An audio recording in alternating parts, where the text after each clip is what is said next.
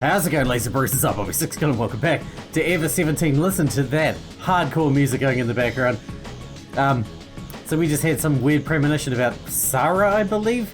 We're gonna continue our way towards Sarah's ending. Let's see what happens next. I took the chair as if to scare away a ghost and pounded it on the wall. Wildly, I put all of my limited strength into it over and over. The chair bent awkwardly and scraped against the dented wall. Outside the window, the moonlight shined far away. Damn you! I threw the chair with all my strength, threw it at the moon. And then the moon got destroyed. And then the world flooded. The moon scattered like fireworks, shattering into pieces. I'll kill you! Saying this, I threw my body into the steel door. Jesus. Kids never gotten this serious before. The door wouldn't budge. But I didn't give up. If I had to pulverize my body, I was still gonna open that door. Fucking hell. I hurled myself against the door again and again. The rage I felt, my blood boil and my body shake with fury. Something hot and sticky flowed from near my temple. Every time I crashed into the door, a shock of pain ran through my body.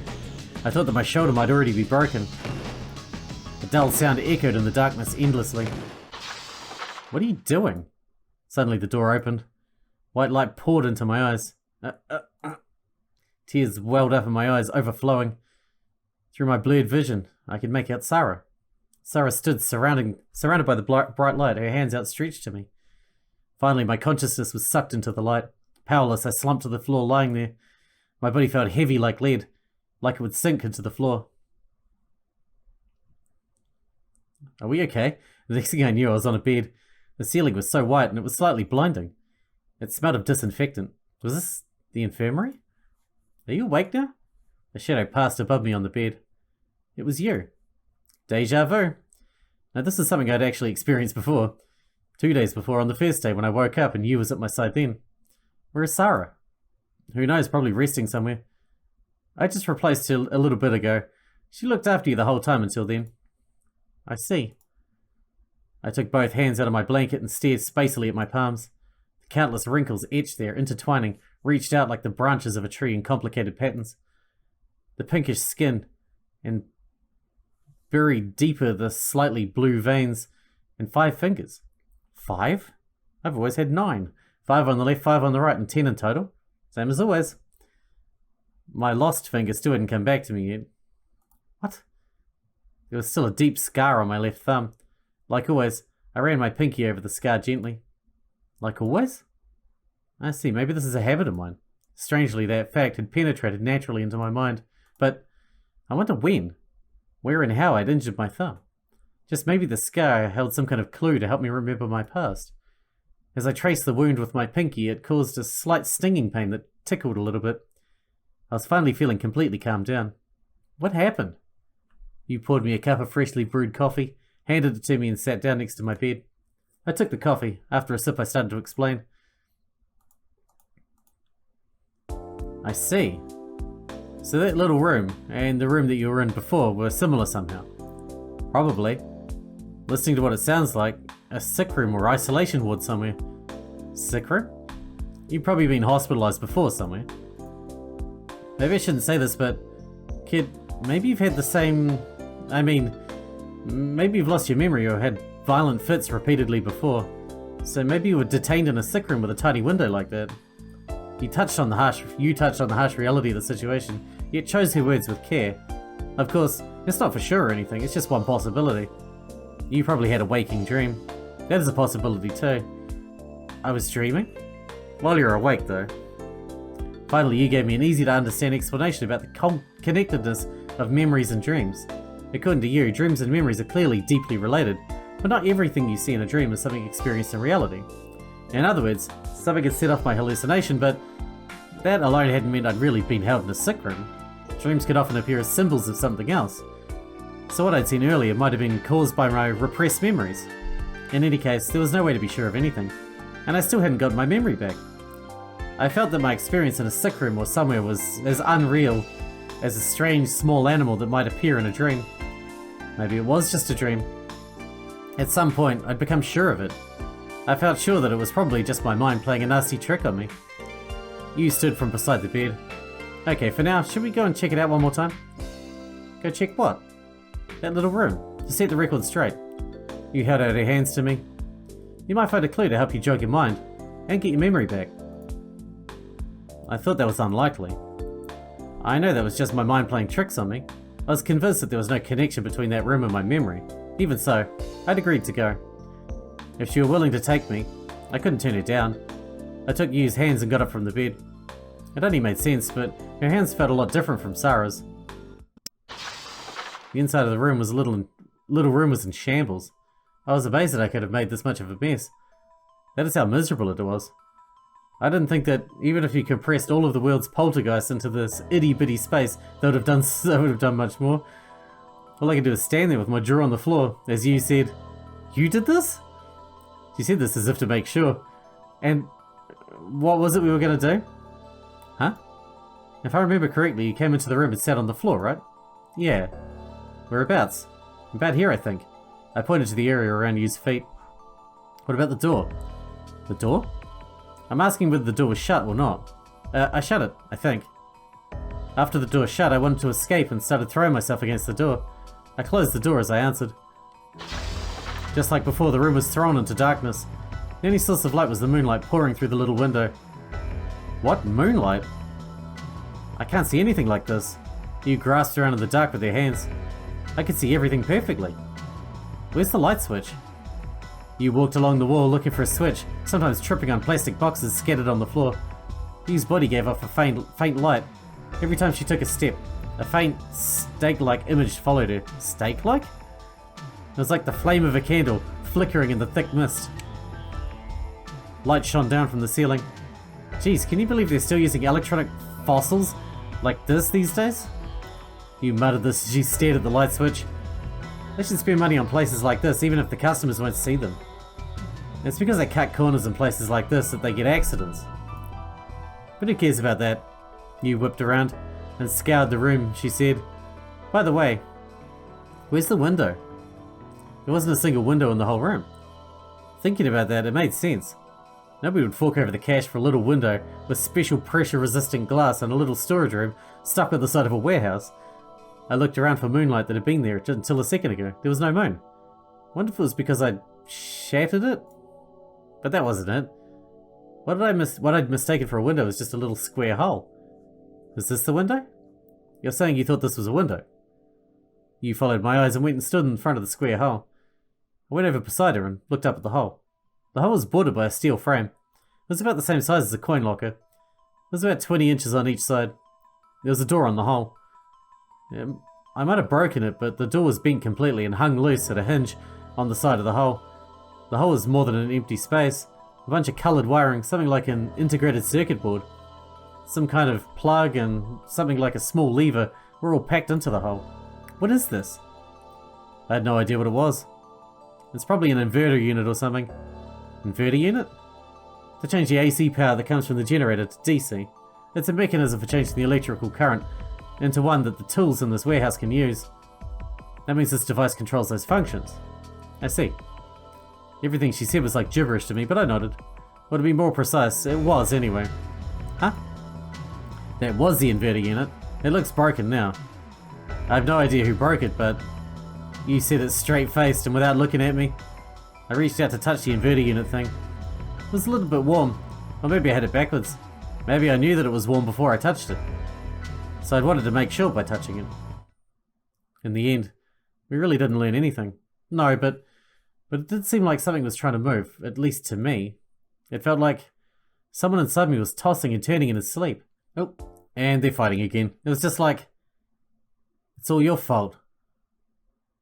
Is that it? You. Oh shit, he's gonna lose it. A hot surge of hate raced through me. Who the hell do you think you are, you good for nothing? I screamed and grabbed Tsugumi by the collar. What are you doing? Stop it. You grabbed me from behind and pulled me away from Tsugumi. Let go, I said let go of me. I continued to struggle violently. I was like a desperate beast, devoid of all reason, with my fangs bared and a thirst for blood. What was left of my mind had ceased to be me. I walked around Lamu. After what had happened, I didn't want to be around you or Takeshi. but I was too worked up to just stick around in one place. I thought I'd pick the place that they were least likely to come and wander around it. I wonder what that fit of rage had been about. Why had I gotten so mad? Why?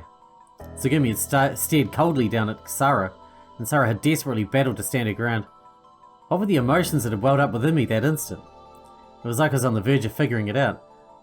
Like my memory had been concealed by a thick fog, but now it was only an inch away, right there, covered by a thin sheet. And no matter how thin it was, I still couldn't remove it. The more I thought about it, the further away into the fog my memory seemed to recede. I wonder what I could have had in my past. I continued to wander Lamu without understanding anything.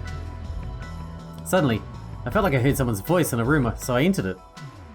In the sprawling night sky were a number of orb-shaped planets, and in between the planets, there was a huge, soft-looking whale floating. This was the Cosmic Whale Room.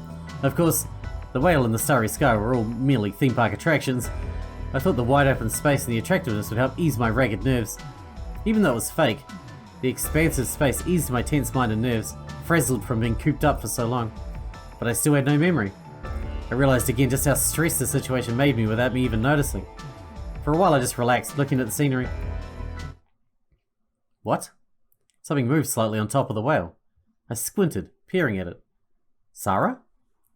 I glanced quickly at the planet next to the whale and headed for the stairs leading to it. I walked out to the edge of the whale's nose and sat down next to Sarah. I thought that normally whales and dolphins had their blowholes or nostrils near the middle of their head, so it wasn't probably accurate to say its nose. We looked at the countless stars sparkling overhead. It seemed as if we could reach the stars in the sky. If I'd stood up, I could have probably actually touched a star, because it was all a facade of fake stars projected onto the ceiling. Speaking of fake, the whale was too. I don't know what kind of cutting-edge technology they used, but the skin on the whale felt like it could have been real. Then again, I didn't suppose I'd ever actually touched a real whale. Maybe I was just working from some image I had of what whale skin would feel like. Not having a memory was mysterious in a way. Normal and abnormal, common sense and nonsense were all dictated by memory. For example, if a sea otter suddenly appeared right in front of me, and he said, "I am your father," then, well, I probably wouldn't believe him. Because in this life, I've never met a cross between a sea otter and a person. But with no memory, there's no way for me to know for sure if I have ever met a sea otter person. Thinking of it that way, it was amazing to me I could be so logical. I imagined that my memories were stored away in a drawer in my brain somewhere, and I was adding to the drawer even now. Only the number of drawers I could open was limited. I had no idea where the drawers from before May 1st were packed away. Still, there was someone that was opening my drawers, and he or she was judging whether what was happening was normal or abnormal, common sense or nonsense. Rather, that entity was telling me I was safe without a key. The treasure in the safe didn't belong to me. Incidentally, it wasn't just the texture of the whale's skin that made it seem so lifelike. The whale was alive, at least it seemed that way to me. A whale swimming in the starry sky, the repetitive wave-like motion of its back as it swam through the sky.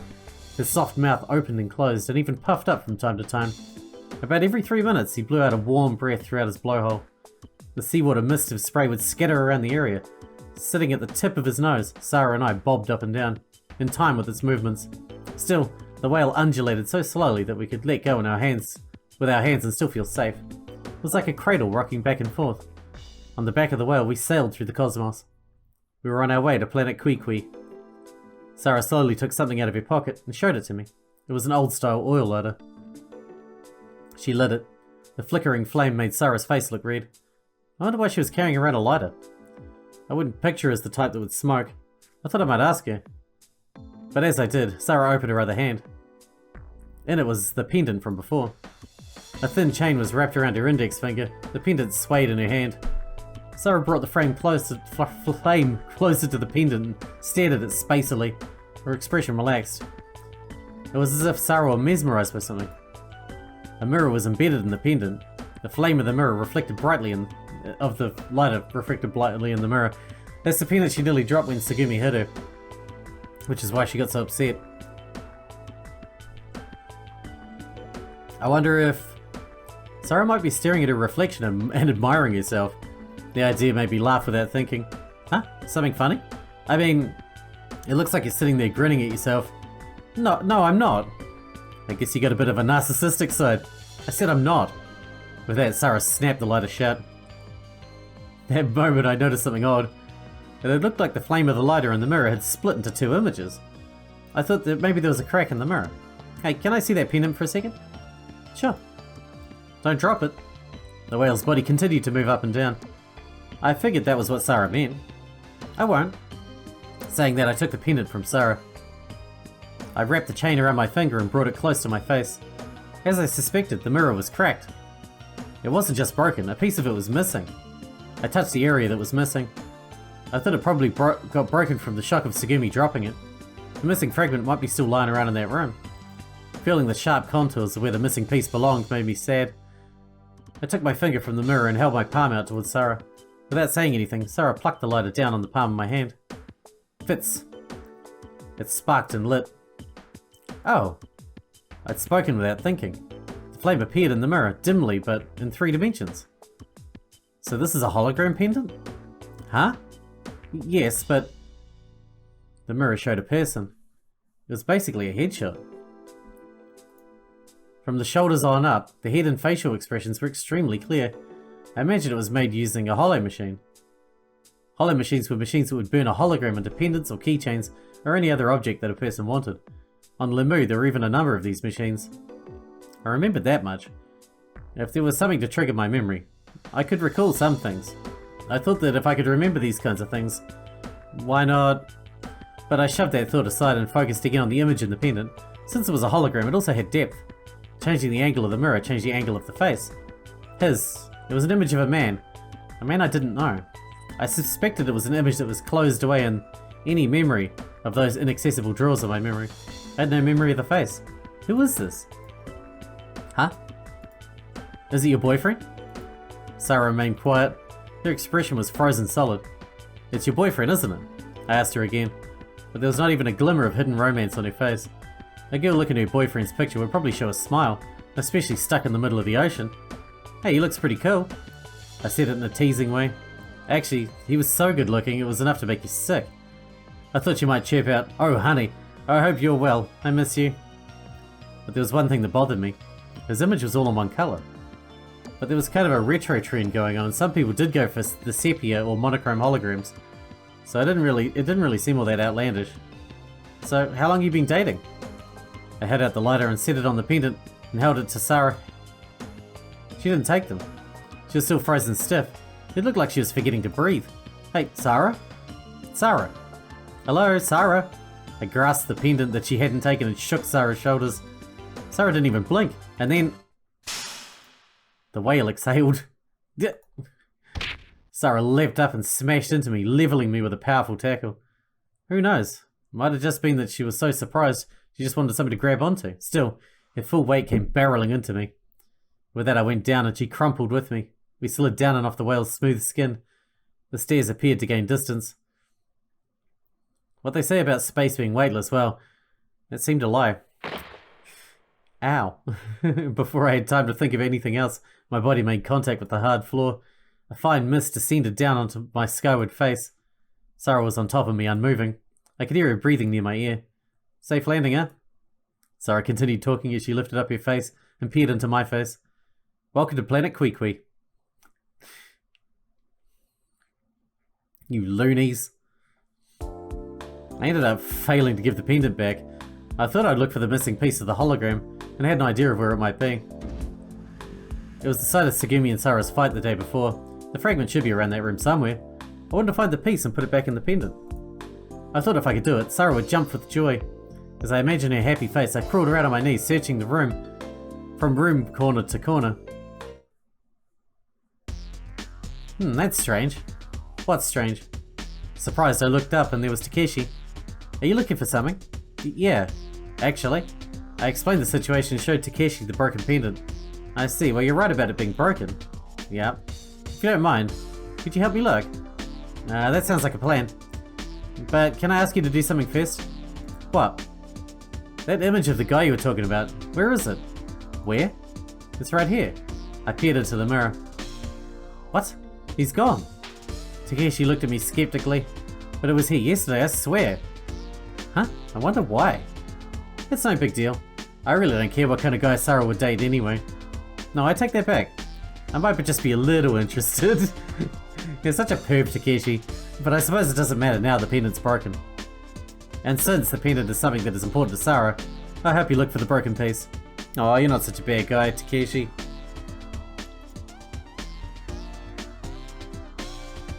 First to find it wins, kid. Huh? Takeshi thumped my back and set about crawling around on the floor searching. And? How much is the reward for this anyway? Reward? How much am I going to get if I find the piece? What? Are you going to blackmail Sarah? What are you talking about? You're going to pay me, not Sarah. Why? Hey, don't play innocent with me, champ. What? You don't think I'll let you take all the credit, do you? Takeshi wriggled toward me like a snake. He stopped in front of me.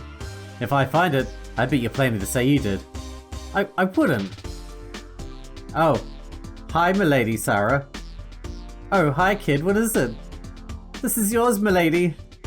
Well, if it isn't the pendant I lent you yesterday, oh joy, it's fixed. Oh, happy day. Oh, how did I slave searching the floor far and wide all of yesterday? And was that alone that you searched, brave youth? Do you jest? Of course I went on my quest for the missing piece alone. Oh wow, kid, you're amazing. So I know exactly what you're planning. You're full of yourself. Whatever. Anyway, that wasn't a very good impersonation of me or Sarah. Don't be so picky about the details. I'm rooting for you, okay, kid? I told you it isn't like that. I said it's okay. I like doing this kind of thing. What do you mean by this? I mean, well, you know, being Cupid, a matchmaker. Cupid doesn't ask for money. I suppose that's true. The Cupid Mafia. Then how about you help me in return later? Help? It seems like the generator needs looking at. No big deal, just some maintenance that's got to be done. It's an order from Sora. In that case, I'll do it even if we didn't owe you anything. Thanks. In the end, we didn't find the missing piece. Takeshi and I were just standing around covered in dust. The door opened and Sarah came in. Oh, there you are. I think I forgot to get the pendant back from you. Oh yeah. All I could do now was hand her back the fractured pendant. Only then, like Sarah was seeing us for the first time, did she notice that we were filthy. What are you guys doing here anyway? I couldn't think of anything to say.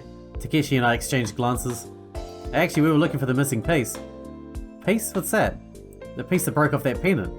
We thought we'd try and fix it for you. Oh, don't worry about that. Sarah looked kind of embarrassed. What? What had happened? All of a sudden, Takeshi made it look like it was all his bright idea. I thought he was going to let me take the credit. Besides, I'm pretty sure you're not going to find the piece here. Why not? Because this pendant was cracked from the start. From the start? Yep. I don't know why, but I've had this pendant as long as I can remember. And this piece broke off a long time ago. Oh, well that means we didn't have a chance of finding it. Takeshi's sigh echoed throughout the infirmary. After lunch, Takeshi gave me more information about the generator problem. He said the part we'd repaired before was malfunctioning and the machine wasn't functioning in a stable manner. Back to skipping? Not yet. Takeshi told me that when to meet him to fix it. Then he said he had something to do and took off. I didn't have anything to do until our meeting time, so I walked the corridors alone. Suddenly I noticed a faint voice. It sounded like a song, but I wondered who it could be. I turned toward the direction of the voice, but there was no one there, and the voice had stopped. But I was sure the voice had come from around here. I thought that maybe... I peeked into the compression chamber from the shadows and saw Sarah. Sarah was sitting in front of the tank window, and staring at her pendant. I thought I might call out to her. She seemed to be focusing on something. It looked like she was starting to recite a song. Moon sprite shouldering a long bow. We remember this song. Did I just freak out again? I totally freaked out again. Waiting inside a dream.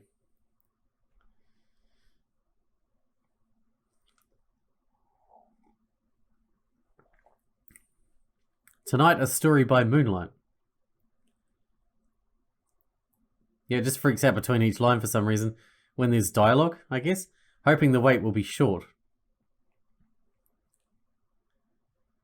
I hope that's not too noticeable. I mean, at least it doesn't crash, I guess. Sleeping curled and snug.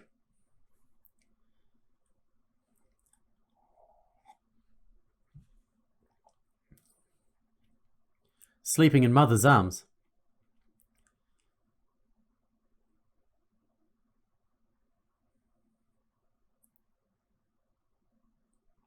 She finished singing. A tear streaked down Sarah's face. It didn't seem like a good time to call out to her, so I went to leave. Then suddenly, in front of my eyes, another scene fused together with the one I was witnessing. A girl was sitting on the bed, crying in the same way. She was stifling her sobs to keep the others from worrying. But who? Who was this? What could this all mean? What was the matter with me? Who's there? With her voice, the image instantly vanished. Still confused by what I'd just seen, I answered, "It's me, Sarah." "Sorry, I wanted to say something, but it just didn't seem right." Sarah wiped away her tears as if hiding them. What do you mean?" She seemed upbeat, her upbeat self again. I faced her and sat down. "That song, you sang it before. In front of the generator room, I think." "Hey, your memory is fine." "Maybe you lost your memory because you packed your head with so much useless little things like that." Sarah laughed as she said this. "Is that song a lullaby or something?" "Yeah, you've never heard it?" I shook my head. I didn't recall hearing it before, but I don't have any memory. "Really? You don't know it?" I pretended to think about it. Even if I did think on it, I didn't imagine I'd remember it. "Oh, I see." Sarah said it sadly and glanced down at the pendant hanging in the middle from the middle finger of her left hand. There's something I wanted to ask you." I told her about how the image of the man in the hologram pendant had disappeared. I was sure the image was there yesterday. "Oh, that's because we're indoors."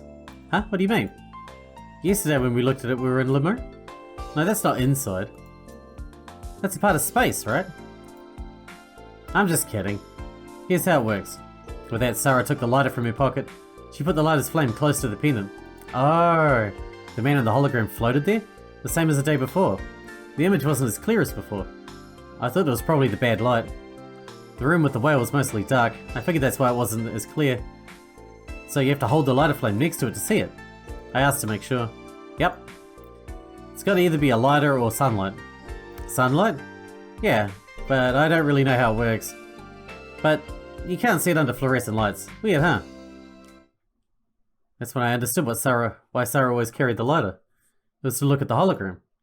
Sarah put out the flame, and lit it, and put it out, and lit it, and put it out. She stared absently at the image of the man appearing and disappearing. "Both of my parents are gone." Sarah said this out of the blue. "They died when I was little.